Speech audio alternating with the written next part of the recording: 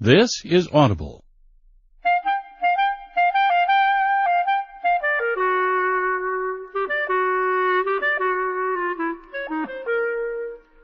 Simon & Schuster Audio presents The Funny Thing Is, by Ellen DeGeneres.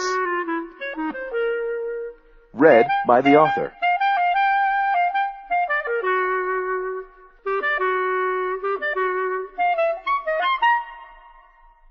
A message from the author.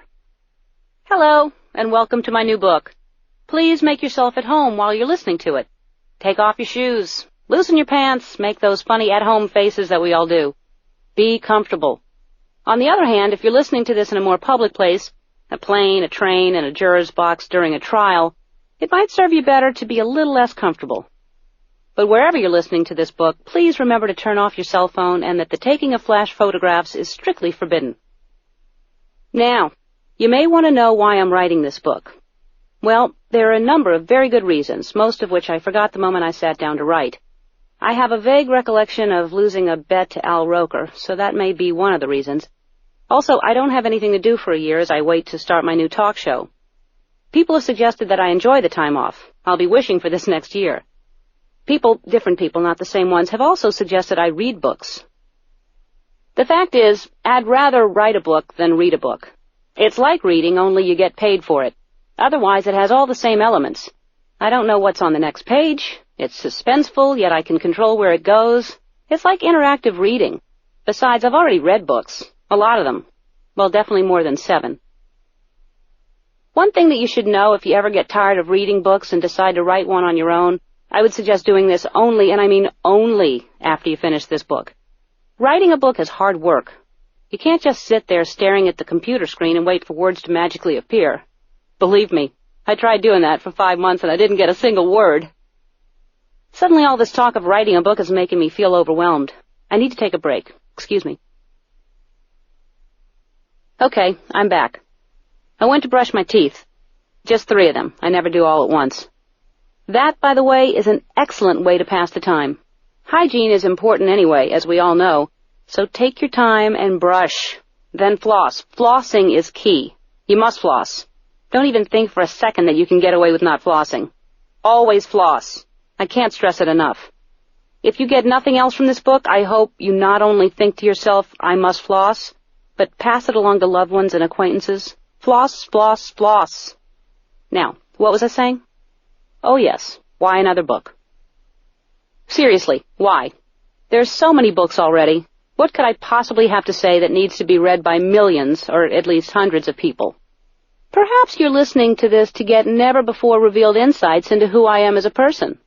If so, here's a good one for you, right off the bat. If anyone knows me at all, they know I enjoy the smell of a freshly washed monkey. Or perhaps you're hoping to learn a thing or two. I have no brand new words to put out there, unless you count fuzzlart, which between you and me is a made-up word. No insight on the meaning of life or even how to be content most of the time. I've been interested in some deeper meaning of this existence for a long time. I assume we all are, judging by the sales of books devoted to helping us find the answers. I have all of them, but I haven't found one that says anything very different. They all sort of say the same thing. I suppose I could put down my own ideas of what I think would be at least a good start for happiness if you're interested. Oh, you are? Okay, then. Number 1. Be nice to everyone. Even though you don't want to, and you may not like them.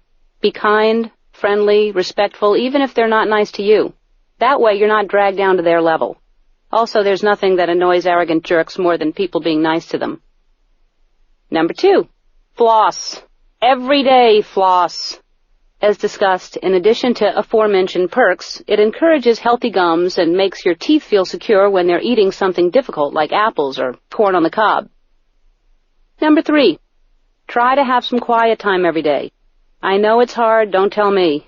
It's getting to be near impossible to find silence, what with the TV, radio, kids, leaf blowers, helicopters, traffic, birds, dogs barking, your grandma yelling from the back of the car, "Stop flossing, you're going to get us all killed!"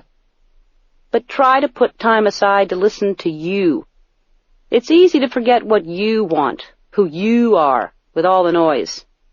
Check in with you every day. or at least on New Year's Eve.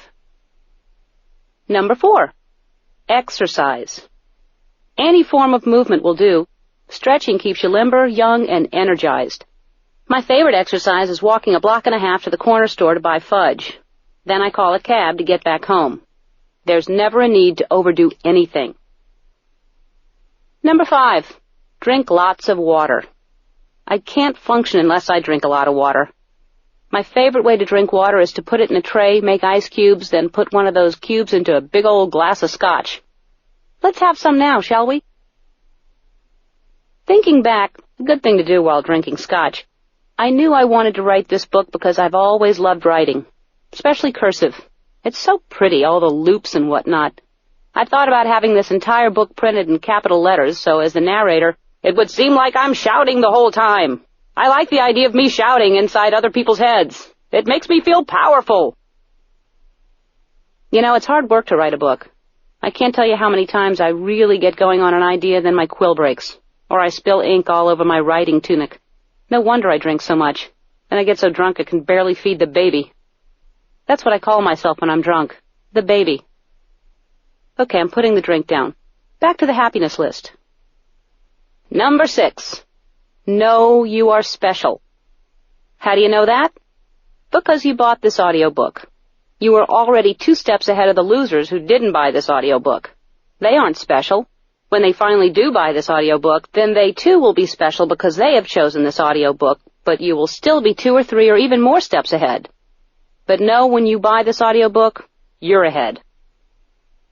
Imagine being the last person to buy this audiobook. I pray that doesn't happen to anyone.